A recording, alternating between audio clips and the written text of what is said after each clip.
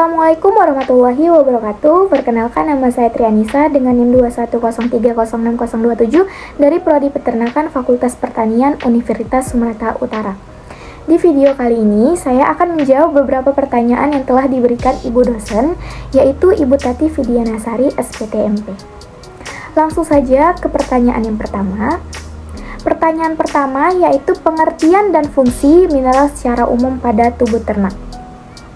Mineral adalah suatu benda padat homogen yang terdapat di alam, terbentuk secara anorganik, mempunyai komposisi kimia pada batas tertentu, dan mempunyai atom yang tersusun secara teratur. Secara umum, mineral berfungsi sebagai membentuk kerangka tubuh, komponen senyawa organik seperti lipid dan protein dalam jaringan lunak, misalnya pada otot dan pada pembuluh darah. Mengontrol tekanan osmotik dalam cairan tubuh, mengatur keseimbangan asam dan basa, dan berperan sebagai katalis dalam sistem enzim dan hormon. Mineral dibutuhkan oleh ternak dalam jumlah yang sedikit, namun sangat penting dalam proses fisiologi dan pertumbuhan ternak. Kekurangan mineral dapat menyebabkan gangguan pada proses metabolisme, misalnya laju pertumbuhan ternak berkurang, daya produksi di bawah tingkat optimum, dan daya tahan terhadap penyakit menurun. Selain itu juga dapat menimbulkan penyakit defisiensi mineral. Pertanyaan yang kedua yaitu jelaskan fungsi mineral makro dan mineral mikro pada tubuh ternak. Berdasarkan jumlahnya, mineral dibagi menjadi dua, yaitu mineral makro dan mineral mikro. Mineral makro itu merupakan mineral yang diperlukan oleh tubuh ternak dengan jumlah yang sedikit lebih banyak ketimbang mineral mikro. Sedangkan mineral mikro yang diperlukan lebih sedikit ketimbang mineral makro. Nah, fungsi mineral makro itu sendiri dalam tubuh ternak, yang pertama itu ada kalsium.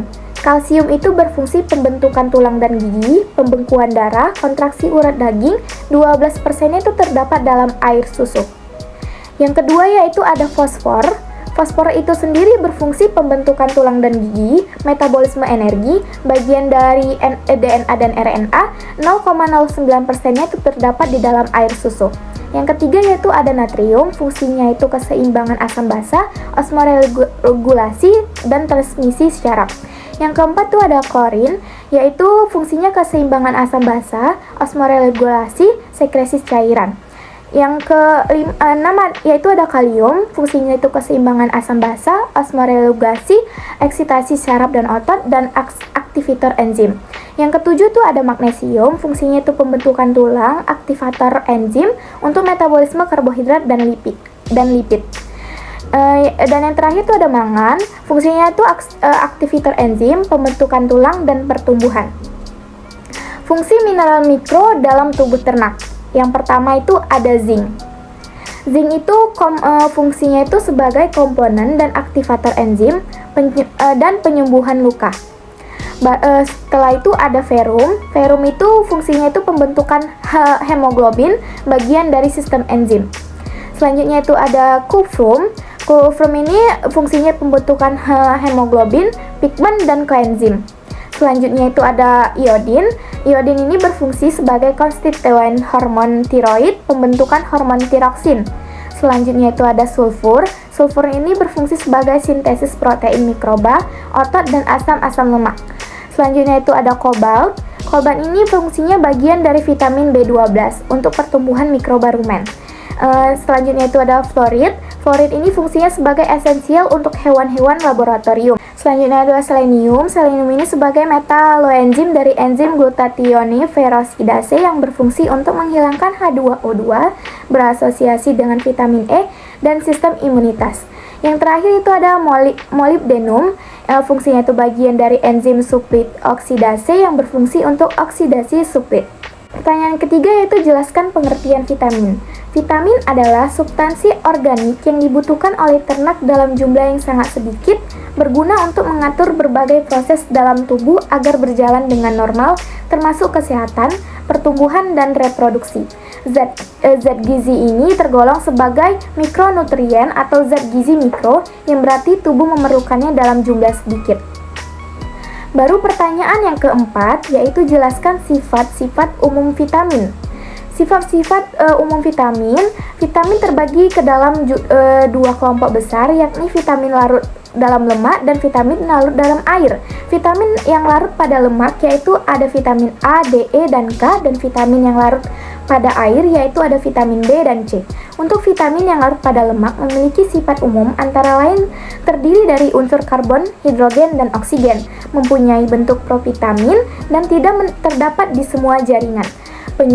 Penyusun struktur jaringan kurang stabil, dikeluarkan melalui feses dan diserap bersama lemak. Sedangkan untuk vitamin yang larut pada air memiliki sifat umum, yaitu strukturnya tidak hanya tersusun atas karbon, hidrogen, dan oksigen, tetapi ada sulfur dan nitrogen.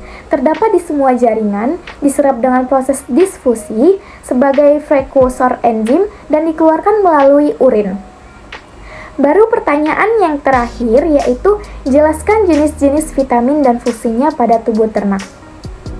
Yang pertama itu ada vitamin A yang merupakan nutrisi yang penting dalam tubuh, yaitu pada mata, epitel, dan tulang. Lalu ada tiamin atau vitamin B1 yang berperan dalam koenzim sebagai koenzim piruvat dan A-ketoglutarat dehidrogenase.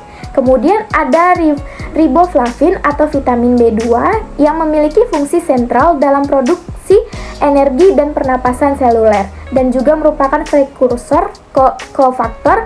Ada niacin atau vitamin B3 yang berfungsi menurunkan kadar kolesterol dengan cara menurunkan produksi protein yang mengangkut kolesterol di dalam darah. Selanjutnya ada asam pantotenat atau vitamin B5 yang diperlukan untuk sintesis koenzim A. Selanjutnya ada piridoksin berfungsi dalam perubahan triptofan menjadi niacin dan dalam menggunakan asam ternak. Biotin yang berfungsi dalam metabolisme lemak, karbohidrat, dan protein. Folat yang berfungsi dalam sintesis purin dan pirimidin. Selanjutnya ada vitamin D yang berfungsi untuk membantu proses absorpsi kalsium dan fosfor, berperan dalam proses reabsorpsi fosfat pada ginjal, dan berperan dalam pembentukan tulang.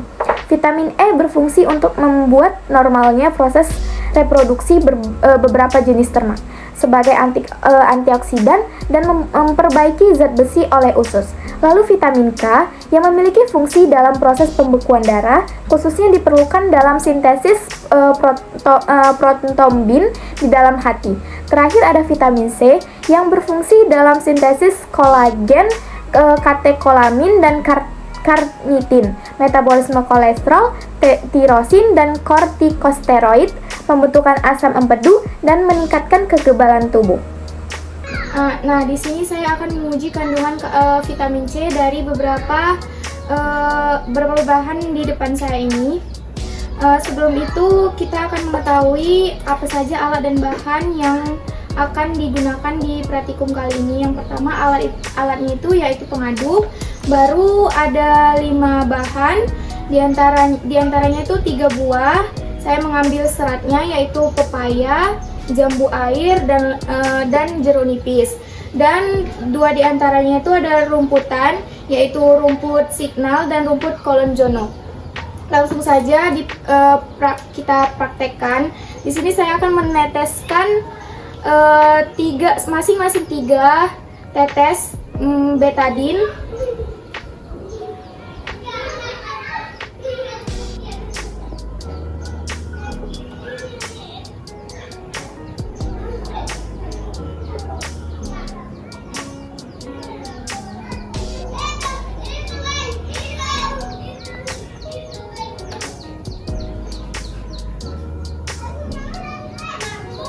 Setelah itu akan kita aduk,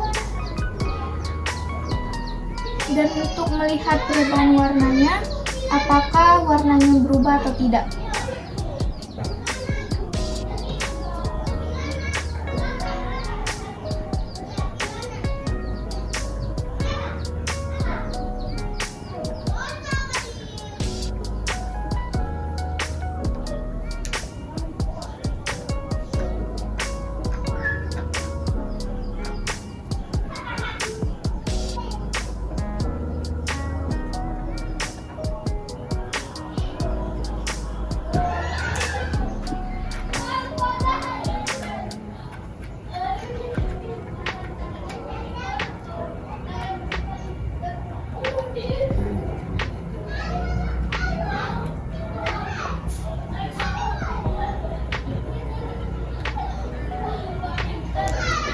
sekarang kita akan melihat kandungan vitamin C mana yang paling tinggi vitamin C-nya. Di sini pepaya. Pepaya warnanya itu sedikit berubah menjadi agak pekat. Selanjutnya di sini ada jambu air. Jambu airnya juga sama, warnanya sedikit agak pekat. Nah, di sini ada jeruk nipis, warnanya tidak berubah. Nah, di sini ada rumput kolonjono, warnanya berubah sedikit agak pekat. Dan yang terakhir yaitu rumput signal, warnanya juga berubah sedikit agak pekat.